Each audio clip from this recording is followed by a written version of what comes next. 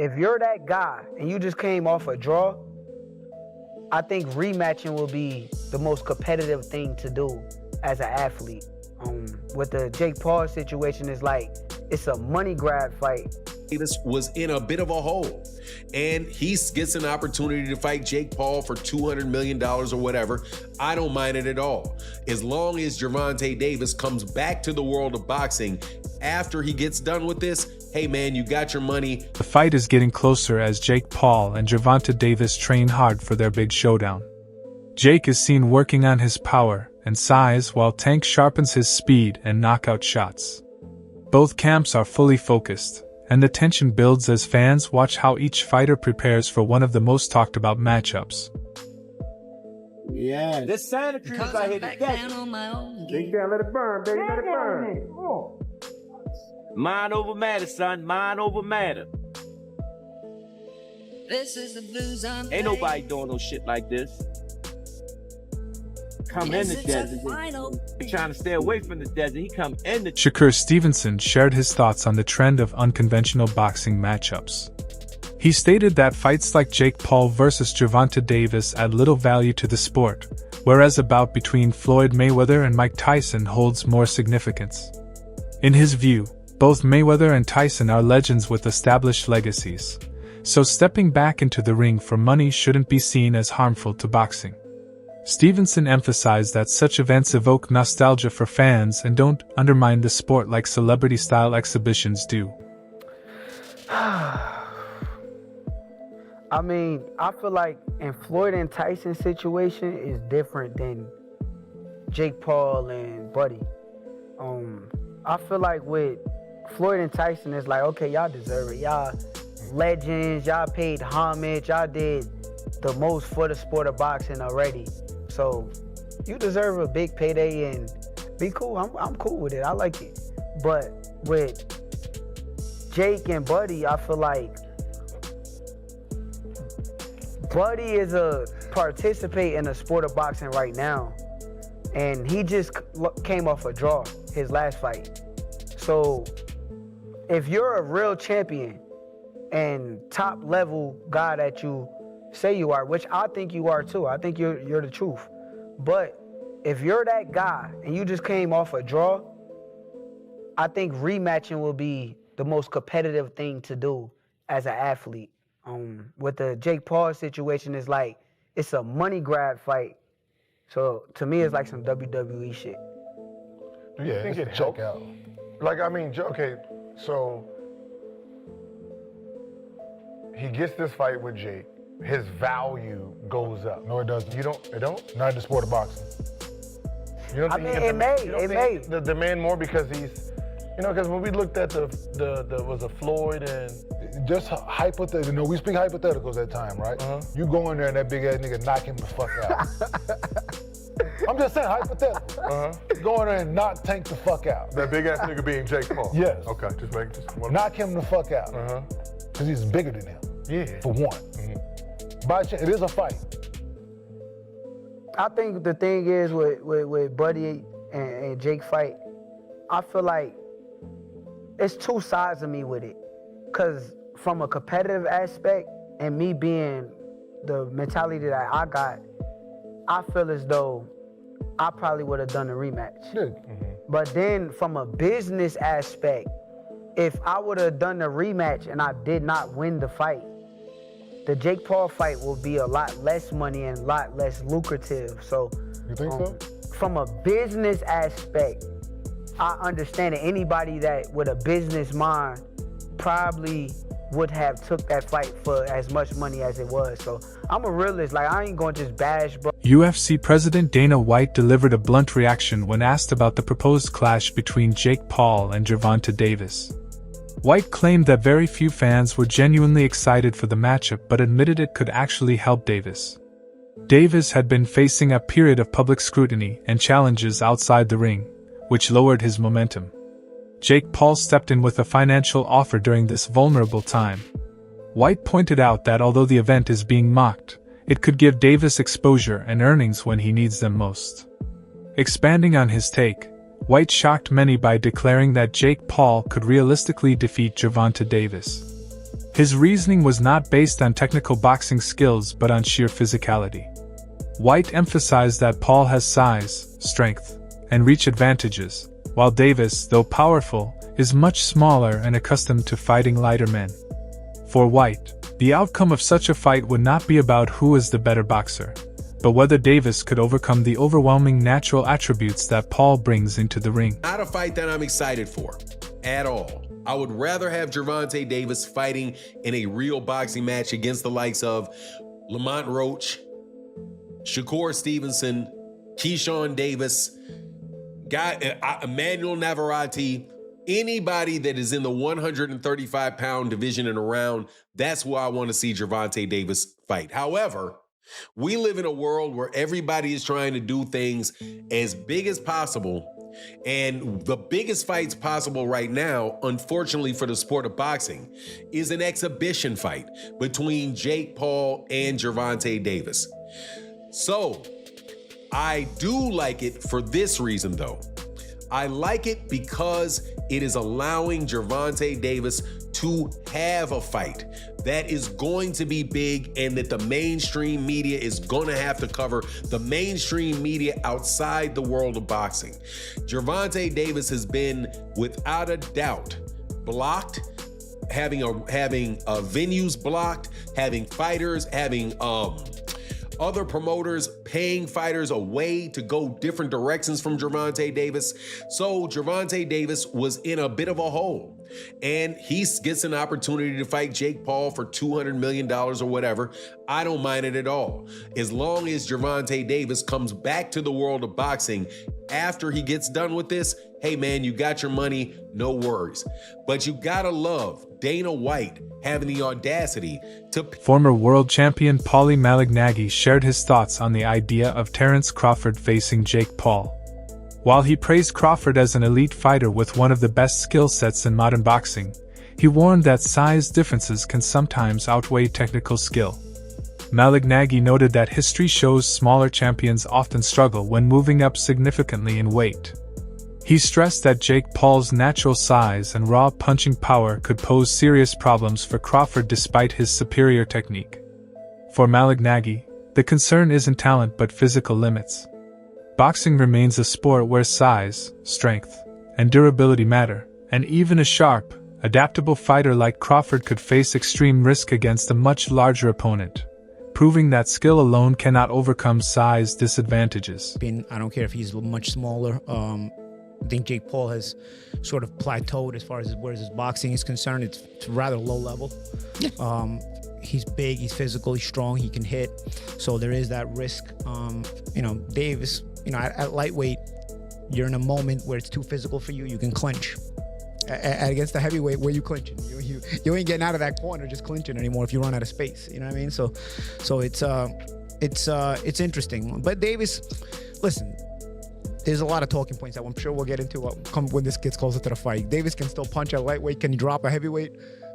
There's a lot to gain there, right? If Davis knocks... The answer is yes. If Davis drops Jake on his ass, as much as Davis is the one with more to lose, it's still a highlight moment. A visual that will stay forever. Yeah, but if you get dropped, even if you're smaller, you're still a world champion, multiple weight classes. If you get dropped, what's the look? What's the feel?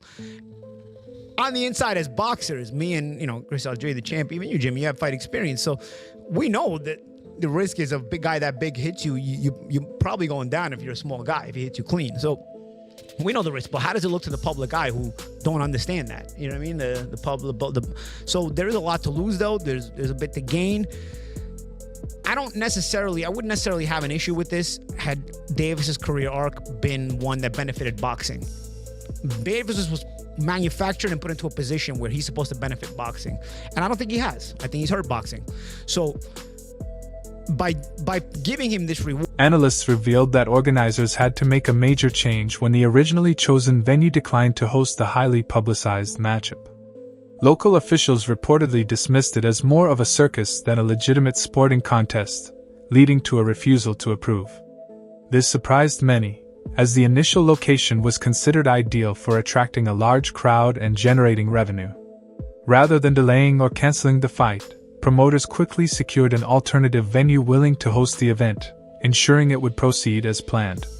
However, the sudden change has sparked criticism about the fight's credibility. Detractors argue that if a prestigious arena rejected it, the matchup may lack sporting value. Many now see it as driven more by entertainment and financial motives than genuine competition, with the relocation fueling debate about whether these crossover fights belong in boxing. 5 pounds. Jake Paul is over 50 pounds heavier than Gervonta Tank Davis, and he's nearly a foot taller than Gervonta Tank Davis. So no sanction body wants to, and no commission wants to, should I say, I keep saying sanction body, no commission wants to sanction it. They don't want to be a part of it, as I told you guys. So they announced that the fight was going to take place November 14th in Atlanta at the State Farm Arena where the Atlanta Hawks play. And the Georgia Athletic Commission, he came out and he made a serious statement. And he let the world know that they falsely advertised this fight, okay? Because no commission won't sanction it to be a real boxing match, let alone they're not even interested in allowing it to be an exhibition. Okay? They don't even want it to be, they don't even want to be responsible for an exhibition of this magnitude, right? So he comes out and he says, the commissioner, head of the Georgia Commission, he comes out, he says, quote, I believe it's in the public's interest to know because they've been promoting something they should not have been promoting. It's the dumbest thing I ever heard. It's a money grabber, and I'm not okay with that. So they telling him it's just for the money. Retired champion Carl Froch weighed in, describing Jake Paul's career as driven entirely by money. Froch argued that Paul isn't pursuing boxing greatness but seeks financial opportunities, choosing opponents based on attention and revenue rather than challenge. He acknowledged that the strategy works for marketing but said it keeps Paul from earning respect as a legitimate competitor in the sport. And there'll be people out there saying, oh, Carl Froch's talking about himself, he's after a payday. Listen, I'm not after a payday. I'm doing all right. There's no problems with my finances. But I'll take the fucking payday, of course I will. And I'll end Jake Paul with one punch. I'd go in there one-armed and beat this guy. He can't box. He's absolutely fucking useless, which we saw last night with Mike Tyson. Talking about Canelo Alvarez. I've not mentioned Canelo Alvarez because it's just laughable. Jake Paul, Canelo Alvarez, can you imagine? I mean, if Jake Paul fancies that and he jumps in the ring with him, I will pay homage to him because fair play, if he jumps in there with Canelo Alvarez, he'll get absolutely fucking destroyed and it will be fast and it will be messy and it will be bad for his health as well. MMA star Nate Diaz dismissed the matchup entirely, saying he didn't even want to make a prediction. He views the fight as a spectacle aimed at pay-per-view sales rather than a legitimate contest. Diaz criticized boxing for relying too heavily on these manufactured events, which he believes harm the sport's credibility. For him, such fights are about profit, not competition, and therefore cannot be treated as serious sporting events. Ask you, Jake Paul versus Gervonta Davis. Does Davis have a chance? Gervonta is a great boxer, but he ain't gonna be.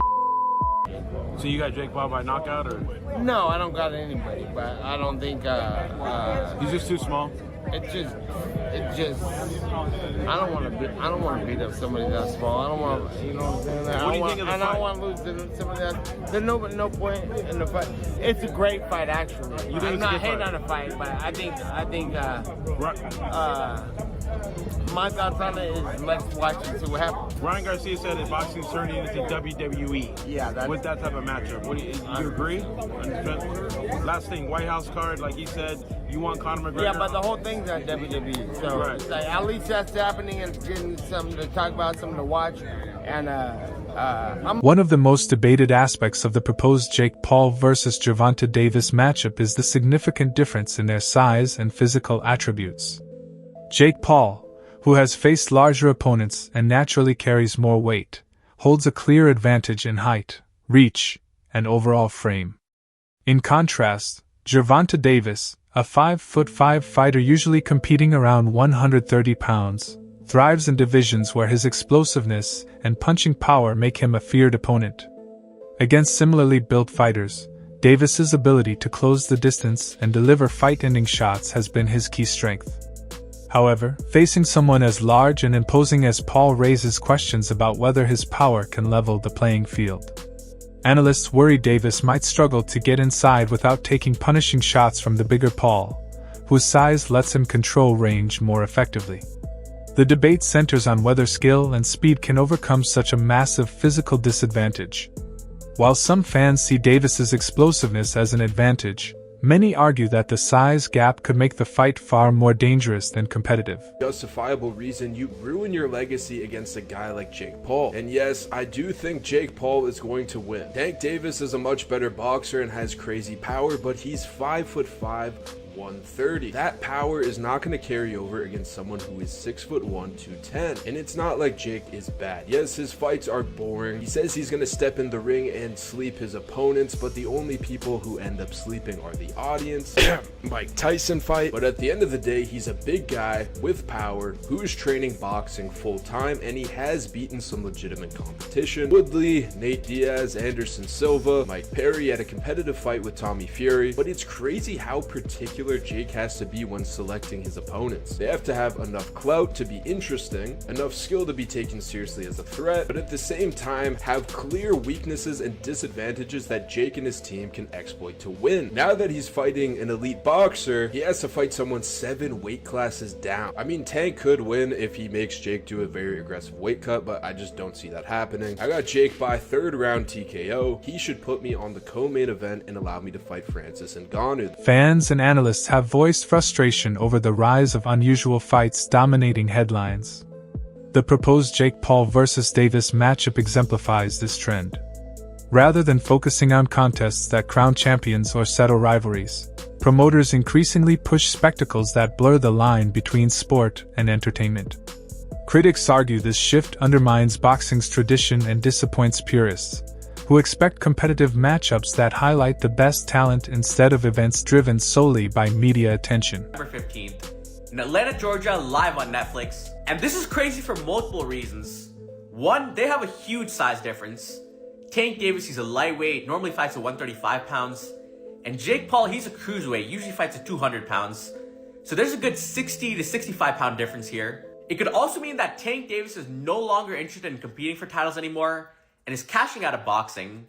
You know, there's been a lot of talks that Tank is nearing retirement this year, and he was supposed to rematch Lamont Roach after their first fight went to a draw, but instead of chasing the Roach rematch, instead he takes the Jake Paul fight for money. So maybe this is Tank's last, or one of his last fights. And same for Jake Paul. He just got ranked number 14 at cruiserweight after beating Julio Cesar Chavez Jr.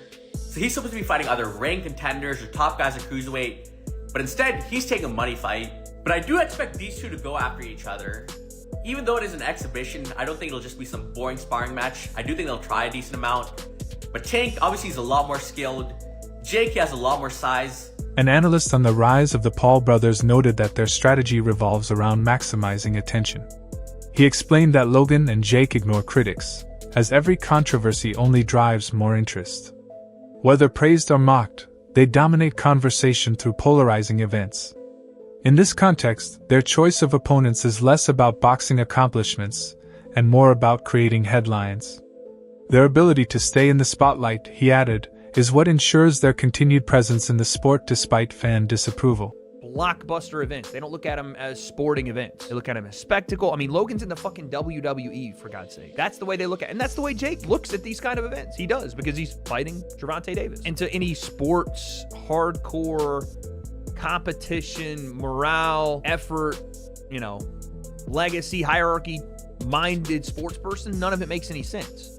Because we go, well, no, Gervonta is not in Jake's weight class. What does that prove? We do sport to prove who's better at sport, not with inherent advantages or disadvantages or XYZ. Logan, and I guess Jake for that matter, look at these like We want to get the most eyes possible, regardless of what people say. And I think that Logan and Jake both believe this, because of the disadvantages we came into the sport with. If we are to do better than people expected, or if we're able to win or knock someone out, then we're better, which is not true, because there's massive disadvantages on the other end. I would say that outweigh the disadvantages on their end, at least Jake's end. The way they market these things and act like if I beat Gervonta, I'm better, or if Logan was like, I beat Floyd and I'm the best boxer in the world, when Floyd wasn't the best boxer when Logan fought him, and also it was a 60-pound weight difference. Like, the way they categorize and narrative shape around it is the thing people... That's it for today's video. Stay tuned for more updates.